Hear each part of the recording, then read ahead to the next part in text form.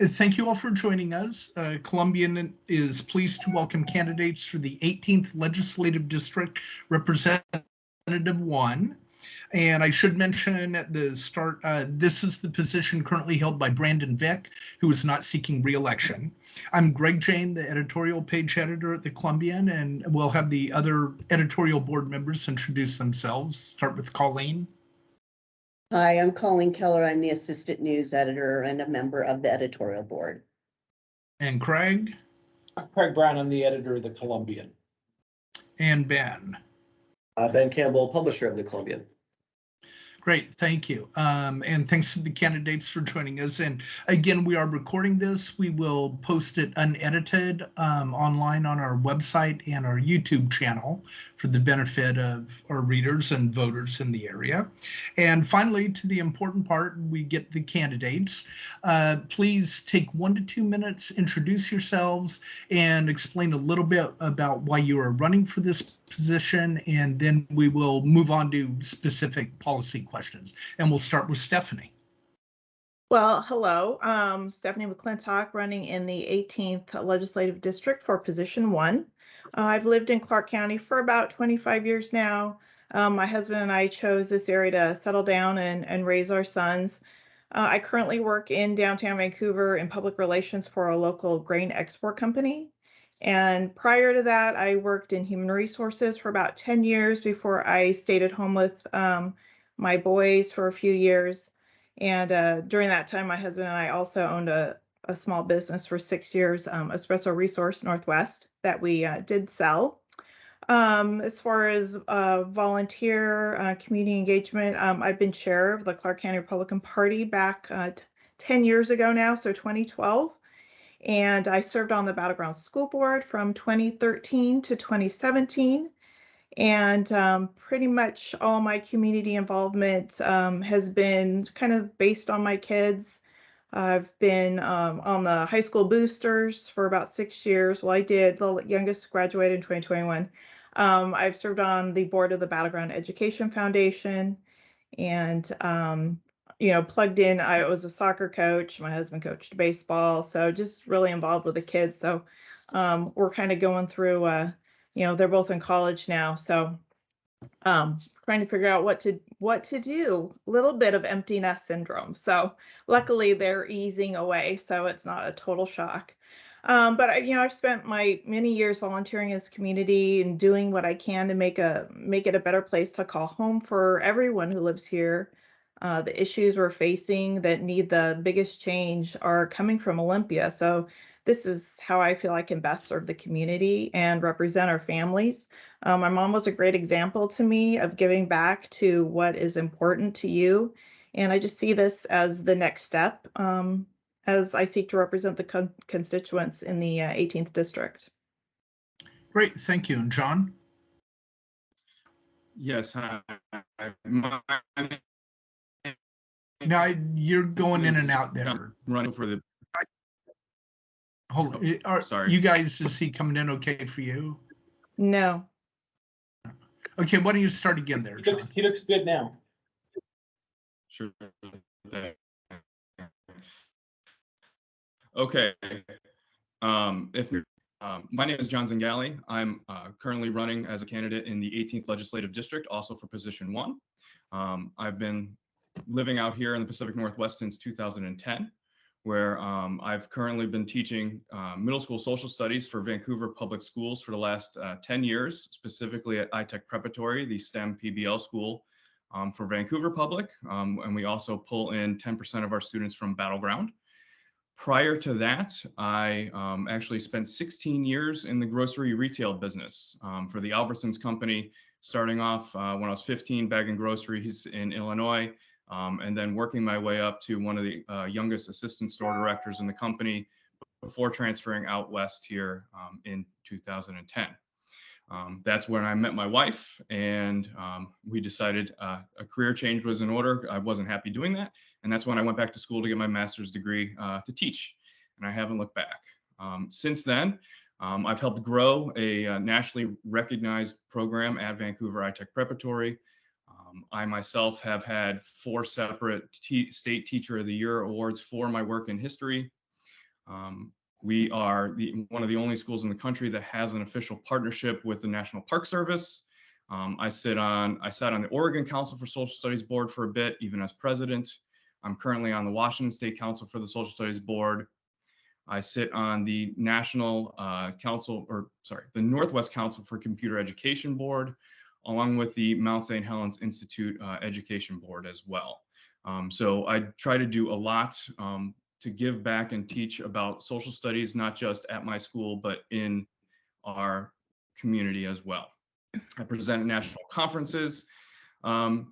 And some of the other things I do are run Washington, D.C. field trips. I bring, like this last spring break, I brought 43 middle schoolers with me across the country so that they can learn firsthand about our nation's capital. I am running because I believe that the children and hardworking families of Southwest Washington need a new voice. They need someone that has seen firsthand the challenges and successes that they've had over the last decade. I hear from my students and their families what matters to them and what are for our future. As a social studies teacher that promotes active citizenship and civic engagement in my classroom, I can't stand idly by anymore while I feel their voices are not being heard.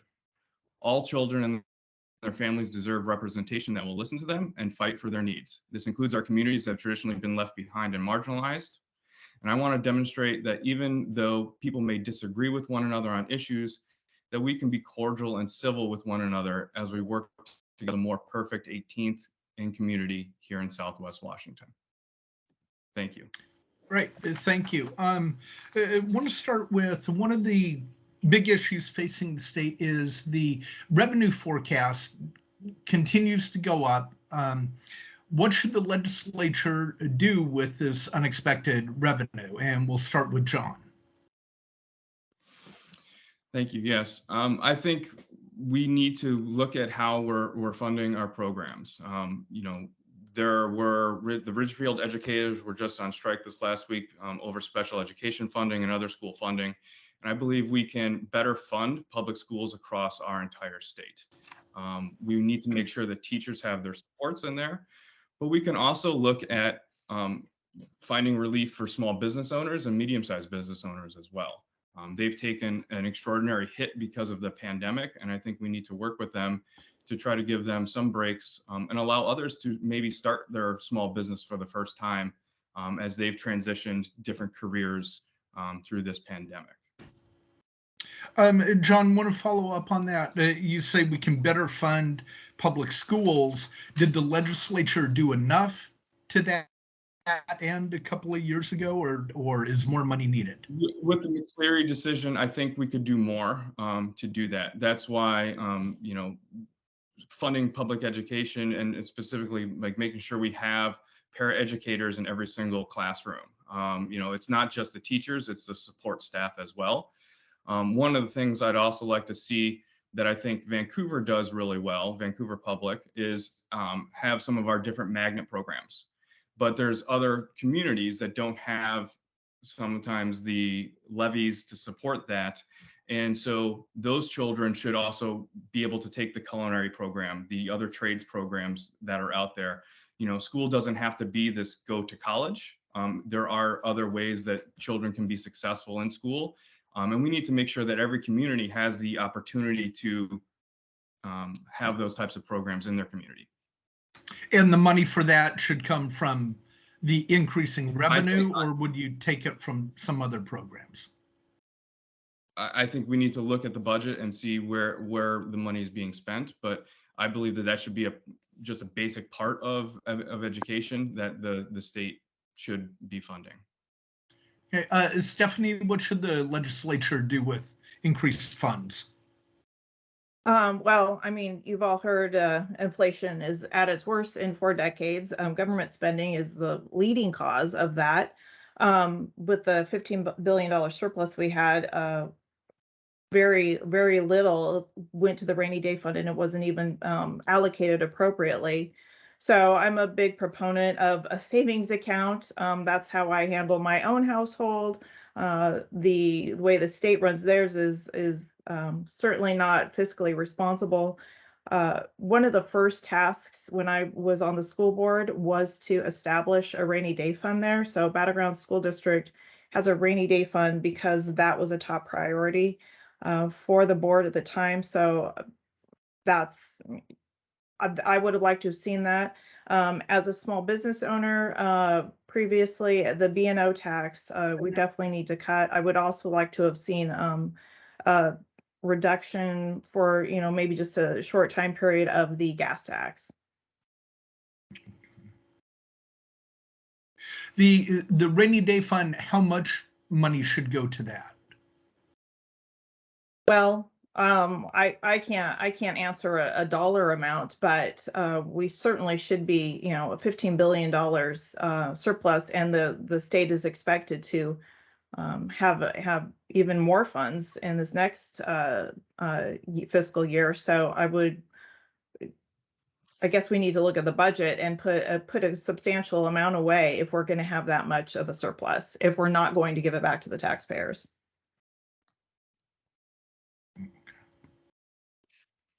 Okay, thank you. Craig? Sure. So Stephanie, one of your issues that you're talking about is law enforcement and criminal justice. Certainly there was some talk last legislative session about laws that have been passed that handcuffed the police and made it tougher for them to do their job. Some of that was reversed, is my understanding. But can you talk a little bit about where you stand on that now and what you think still needs to be done, if anything? Sure. Well, I am the daughter of a 31-year veteran of law enforcement, so public safety and understanding the importance of it is really important to me. We need to support the women and men who are out there on the streets, risking their lives, keeping us safe. We need to allow our law enforcement to enforce the law. There have to be consequences to those that choose to break them. Retail theft is nearly doubled. Car theft is through the roof. And I just recently, as of 2 nights ago, went on a ride along with Clark County Sheriff. And last month I rode along with Battleground Police Department. And some things are similar in the issues they're facing, and some things are different. So they're still dealing with high crime, theft, not being able to pursue when they know that someone is stealing, unless the rules are just a lot more strict on them, and then they have to be very careful what they do. They have to get approval to chase someone from their sergeant. They're struggling. They want to be able to keep us safe, and the legislation passed in Olympia is preventing them from doing that. A couple of things, the differences, Clark County Sheriff, obviously, we've all heard, is not receiving enough funding. The discrepancy in starting salary is outrageous to me. So I would like to see our local law enforcement fully funded so they can pay the sheriff deputies. They're very short-staffed, and their equipment is in need of an upgrade. So those are just a few little things that, sitting and riding along with both of them in the car and just, hearing what they're going through, and then seeing it firsthand was just really eye-opening. And, I think it's important to put yourself in their shoes once in a while, especially as a legislator, because I'm one voice in the 18th. So I need to listen to all voices, and that's what I need to represent in the 18th. So all of those sheriff and police are part of that. And so it was really important that I go out there and listen to those needs. So those are the things that I've heard. 2 fast follow-up questions before we get to John. So then would you advocate for state funding of local police agencies? And number 2 would be, does there need to be more emphasis on law enforcement protecting the rights of minorities? Well, I think that we need to see what Clark County can do to fund their sheriff. I don't think every department is in need of state funds. Battleground PD is fully staffed. and they have good equipment. And so I think that's a case-by-case basis on what that looks like. As far as minority issues in the police department, I think just making sure that our law enforcement is fully trained. And I always like to use the example of, I'm in human resources. We take the name and address off your resume and just look at the background. So we need to make sure we're doing just that and not looking at the race of someone to pull them over. That if they're breaking the law, they're breaking the law, no matter what your race is. But I think education is going to need to be a part of that. Okay, thank you very much, John. What are your thoughts about law enforcement in the state's role? Yeah, thank you.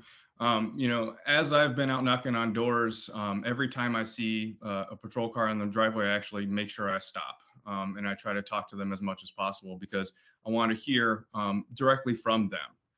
I know the legislature made some laws a little bit ago that they weren't happy about. I know the legislature was working to overturn some of those to try to recorrect. There was too much of a overcorrection there. One of the things that I've heard is ever since the housing crisis and our economic downturn in the 2000s, our officers have been asked to do a lot more. As we lost funding for social services, they're now asked to be counselors, and they're responding to different events that maybe they hadn't responded to in the past.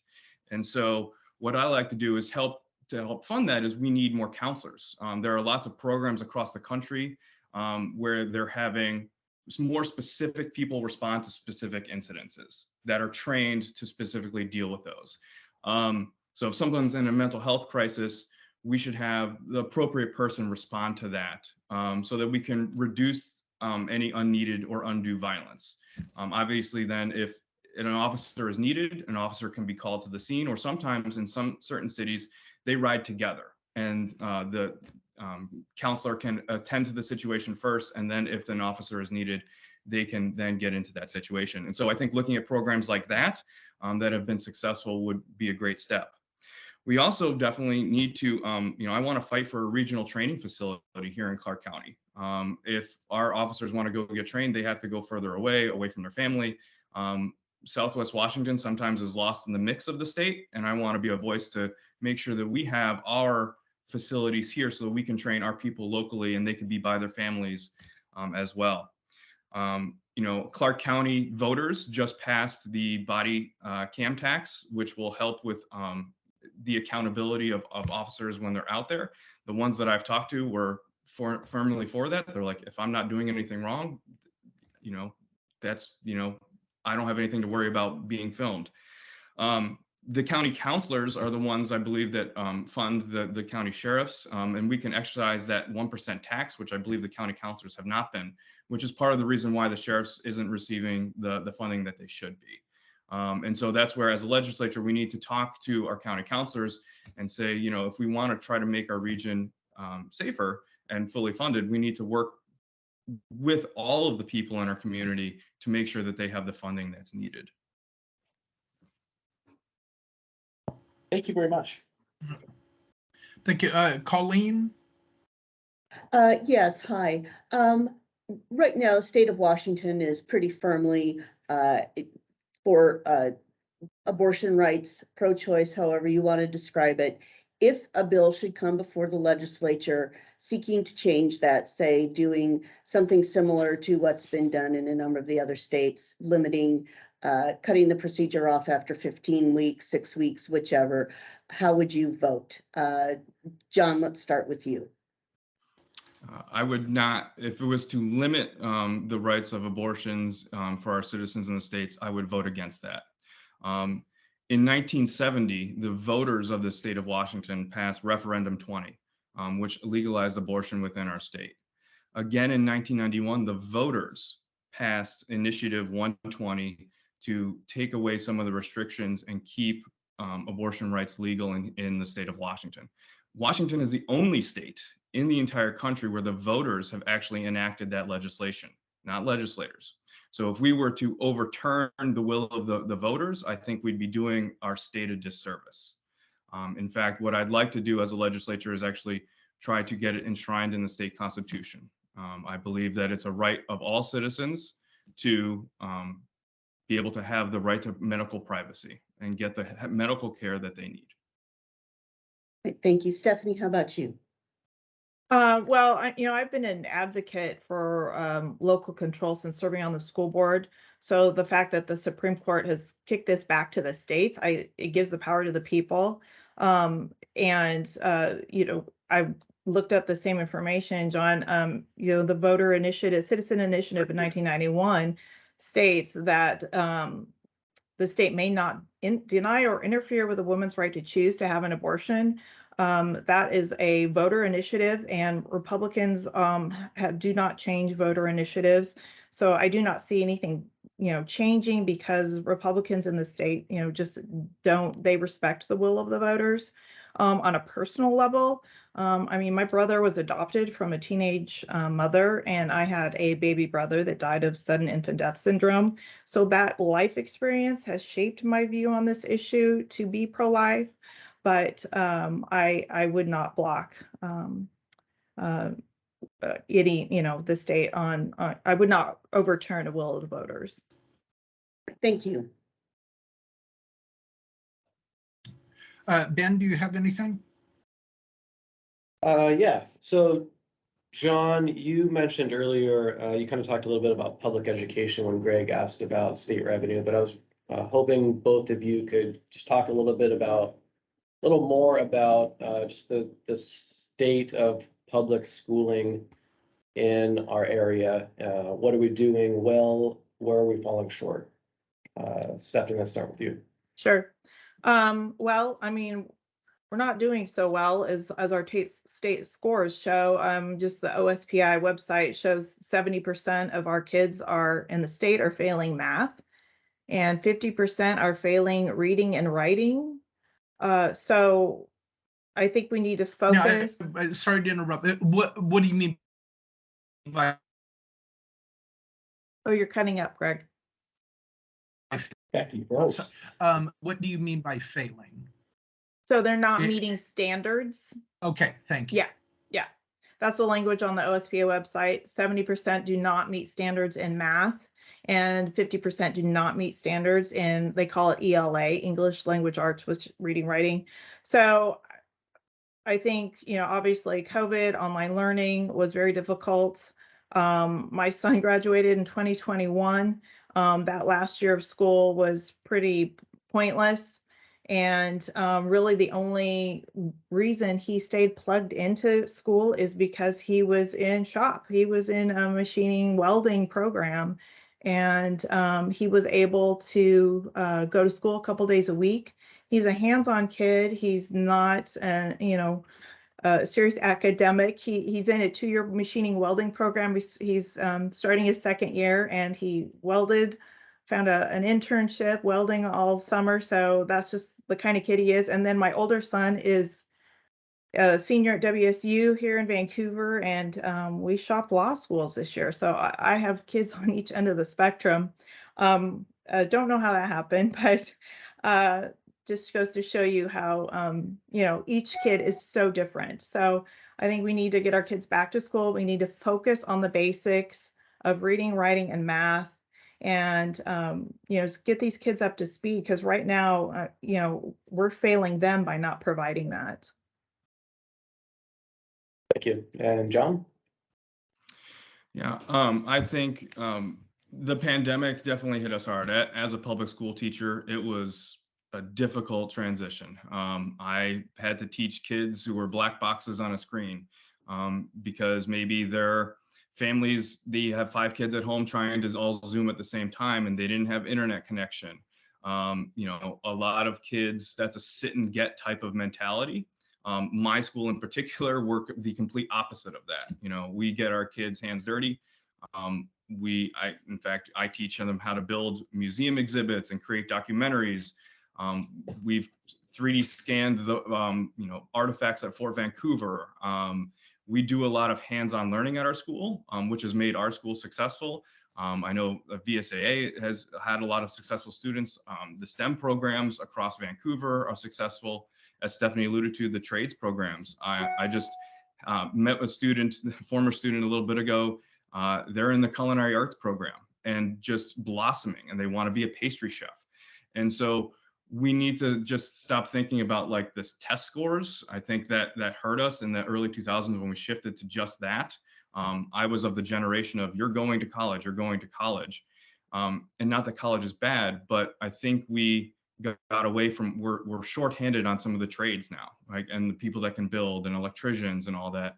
And so working within those systems to give school districts like magnet options, so that parents can, and students can go to the school that's going to best fit their kid, I think is a good thing.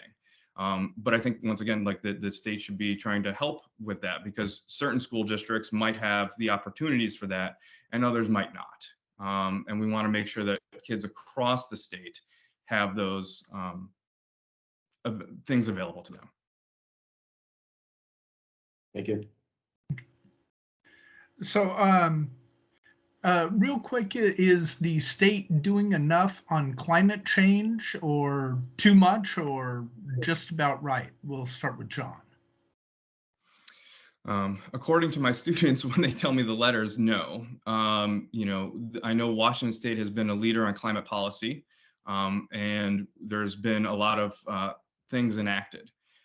We also need to though balance, with small business and what's going to impact the wallets of Washingtonians. But I think we can start to look more towards the future.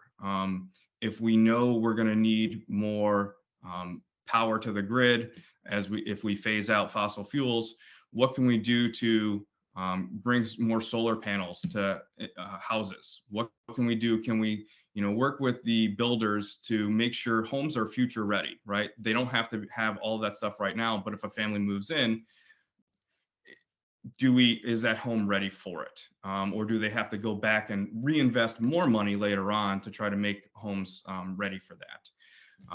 We just saw the forest fires that were here. I had a buddy who was across the river and they had to cut power to the school because of forest fires. We were breathing unhealthy air. And we've seen more and more of these events happening more and more rapidly. So I think we need to definitely address the issue.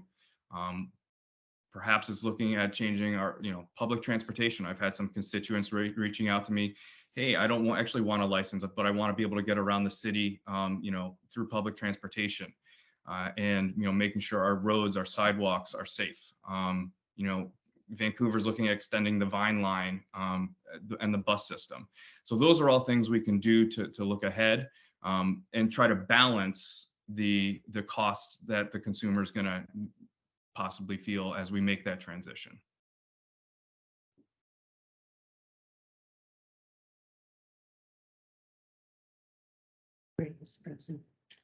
Well, Greg froze again, but I think he was going to ask Stephanie for her response. Oh. Yes. Okay, he's unfrozen now. Gotcha. I love Okay, good. technology. Yeah.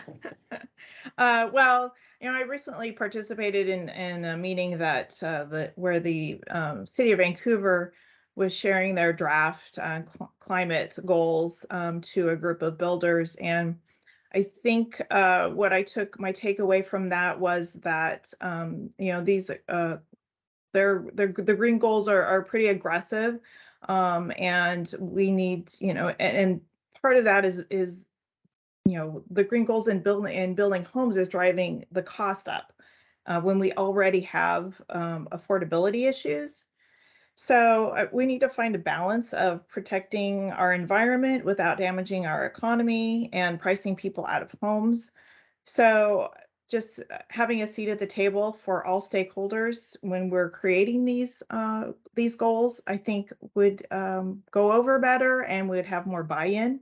I always like to plug, I work in the agriculture industry, and not everyone is aware of the possibility or the research of breaching for Snake River dams. So that produces about 40% of our electricity to Southwest Washington. And that study has just come out that a couple weeks ago, they came out and said, okay, based on the study, we need to find out more about replacing that energy before we just take it out. So I was pleased to hear that. But I think people need to realize that is clean energy. Hydropower is clean energy. There is so many things that are transported along that river, not just the wheat coming to the export terminal at the Port of Vancouver that I work for. I'd like to say one barge of wheat that we move would put 134 semi-trucks along Interstate 84. So that just kind of shows you just the scope, and that's just one industry. So I am all for clean energy and doing it in a responsible, thoughtful way, looking at the big picture, not just trying to go at something immediately and not seeing the full scope of the effects on all stakeholders. Great, thank you. Anybody else have any questions? I have a question. It's a 20-year tradition at the Columbian to ask candidates about their thoughts about bridge replacement programs. So I know the state of Washington has already set aside $1 billion, but it's not over till it's over, as some great philosopher once said. So what is your position on the Interstate Bridge Replacement Project and alternative crossings? Let's start with Stephanie. Okay. Well, I believe we need a new bridge. Makes me nervous driving over that bridge. I would like to see a bridge that is cost effective and relieves congestion. And, half the people I work with in downtown Vancouver are coming from the Oregon side, and that's what they want to see. I guess I am hopeful that the Interstate Bridge Committee can come up with a solution that meets those needs. I am a glass half full kind of gal, so I know it is a difficult conversation. There are a lot of nuances there, and but I think after this the CRC kind of falling apart, I think this group can get it together and get us to where we need to be. Thank you. And John, would you go ahead, Greg? Greg. If it were solely up to you, would you prefer, should I-5 be the priority or a third bridge? Well, I do think we need another crossing on the river. I mean, if you just look at Portland, how many bridges do they have across the Willamette? But I would put I-5 as the priority. Okay. And if it were solely up to you, would you support light rail or some other alternative? Well, I think we need to continue to look at the cost of that. Vancouver has a great bus transit system, and I would have to look at more. Is it how much ridership, things like that? I would rather dive deeper into that, but off the top of my head, I would say, we have a system that works. Let's use what is working now for us. Okay, thank you. John, your thoughts on the bridge? Yeah, we absolutely have to have a new I-5 bridge. That northern span is over 100 years old. It's not gonna last if we have an earthquake. Like we need a new bridge. It's the main artery from California to, and all the way to Canada, right? It's not only a project of statewide significance, it's a project of national significance, because that's how transportation is moved. As someone that used to commute over every day, we definitely need to get that replaced. The original bridge actually had light rail on it. That's what I've always found fascinating. There was one lane heading north, one lane heading south, and it had a trolley in the middle. I think it'd be good to bring light rail to Vancouver. Our city keeps growing and growing to Southwest Washington. Clark County is growing. It was, between 2010 and 2020, like the second fastest growing county in the state. And Portland is a major metropolitan area. We have a lot of people that live here and work in Portland, and we should make it easier to do that commute. I know Mayor Ann has been working tirelessly with the business community. They all support the plans, and light rail would come just to Vancouver right now. And then Clark County and Southwest Washington can work with the rest of the community to see where it goes from. But I think being able to drive to downtown, shop at businesses, give them, boost our economy there, and then still be able to travel to a Blazer game or the theater or a Timbers or a Thorns game would be beneficial to the entire Portland, Vancouver metro area. Okay, thank you. Anything else? Any other questions? Stephanie, I do want to ask, I believe you said previously you were chair of the Clark County Republican Party. Okay, so quick question for you. Who won the 2020 presidential election? Is that a trick question? No. Oh, Biden won the 2020 presidential election. Was the election stolen? No. Okay. I think I know what you're getting at. 2012 was a different Clark County Republican Party. Sure. The Republicans and the Democrats had a charity softball tournament together. I'm still friends with some of the Democrats back from my time back then. I am someone that works across the aisle. There are bipartisan issues that I can work on.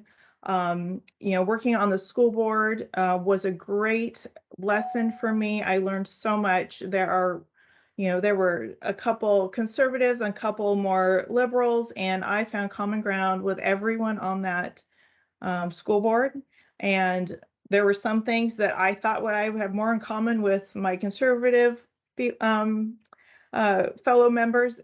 And no, I didn't have their support. I had support of, one of my more, liberal leaning, sports is a big issue. So, things like for me and plugging kids in, and it wasn't for another group. So I can find common ground with anybody. I can tell you the first thing I want to do when I get to Olympia is I want a DARE program back in our schools. I think that is a great nonpartisan, it's something everyone can get behind.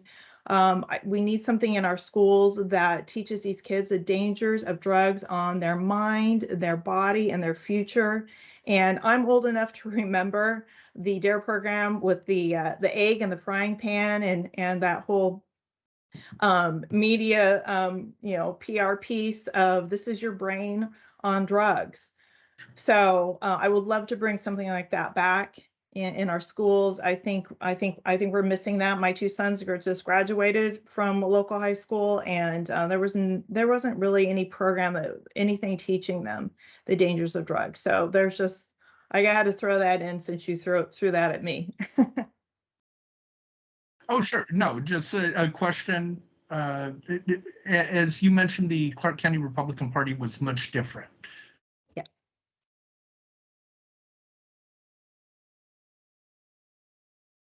Oh, you're frozen. You froze again. John, I'm assuming you don't think the 2020 election was stolen and that Joe Biden is fraudulently president. No, and in fact, the Washington State Legislature, both houses, approved of it. We had, it's been, there was a lot of unity within our state. We know that our elections were safe here in Washington State. We've been doing this type of voting for years and years and years. And both parties sat down and said, no, this election was fair and the outcome was correct. Okay, that makes sense. So Okay. Thank you very much. Greg, are you Can back? you see me now, or can you hear me now? Yes. Yeah, we can hear you. Yeah, okay. Sorry about that. Give us your final pitch for why voters should support you, and feel free to mention any prominent endorsements. And we'll start with John. Yes, hi. Well, I've spent the last decade of my life giving back to the community in Southwest Washington. It's one of the reasons why I actually switched careers in my early 30s to become a teacher. I felt like I had to do more to give back to the community. As I've been doing this job, I feel I've done a lot, but I can feel like I can do more. I feel it in my bones as I've traveled around with my students to Washington, D.C. or different things. They're excited about the process of government. I'm excited about it. This is something I feel just deep inside me that I can do more for our community. I work directly with lots of different organizations. I can make lots of big projects happen. I can work with people of all different abilities. I have to do that within my classroom. I'm more than willing to sit down with people across the aisle and find out what common ground we have so that we can make the lives of Washingtonians better. But I think we also need to be forward thinking and not just thinking about right now. You know, our younger generations, we need to make sure that they have a Washington that they can live in 30, 40, 50 years from now. And we need to keep that in mind as we move our state forward along with everything. But I'm endorsed. I've been a friend of the workers for a long time. I'm not afraid to get my hands dirty. I build my decks. I'm here to help the working people of Washington, and we need to do it in a civil way. And I think I'm a leader that can do that. I've been a school leader at my school for the last decade. I've got 4 separate Teacher of the Year awards, including some national recognitions for the work that I've done. And so from a myriad of different types of organizations. And so I know in my heart of hearts that I can do this job. And I know that there are families as I'm out walking doors, that are supporting me, even if they are lean somewhat more towards the moderate or more conservative. They're still voting for me because they know how hard I will work for them, because they know me personally over these last 10 years. And so I hope to earn your vote. Thank you. And Stephanie? Yeah, I've been endorsed by the Washington Council of Police and Sheriff. I've been endorsed by the local Building Industry Association of Clark County, the local Clark County Realtors Association, just to name a few. Local, also hospitality industry, food industry association, all of our Southwest Washington Republican delegation. I think that my experience, my elected experience on the school board and working in a nonpartisan way will help me in Olympia. Obviously, the state of Washington is a majority of Democrats, and I have a record of being able to work across the aisle. I also, I guess my work experience, I have a wide range of work experience being a business owner and working in a public relations aspect now. I'm engaged in the community. My doorbelling that I've been doing since June just tells me the priorities that I thought were there have been confirmed. So public safety and the inflation. I just spent probably $50 more than I normally spend at the grocery store this last week. I do the grocery shopping once a week, so I know those are issues. On that, I'm a mom, and I talk to all these moms, and so those are issues affecting families, and gas prices, and our kids asking us for more gas money, things like that. So I think I'm connected to those concerns of the people in this 18th district. I'm one of them. I'm one voice, and I hope to earn the vote of the people in the 18th and be able to represent their voices in Olympia. Great. Well, thanks. Oh, you're frozen again. He's saying thank you very much, and we sure appreciate your time today. Thank you both. Thanks, everybody. Thank you. Thank you.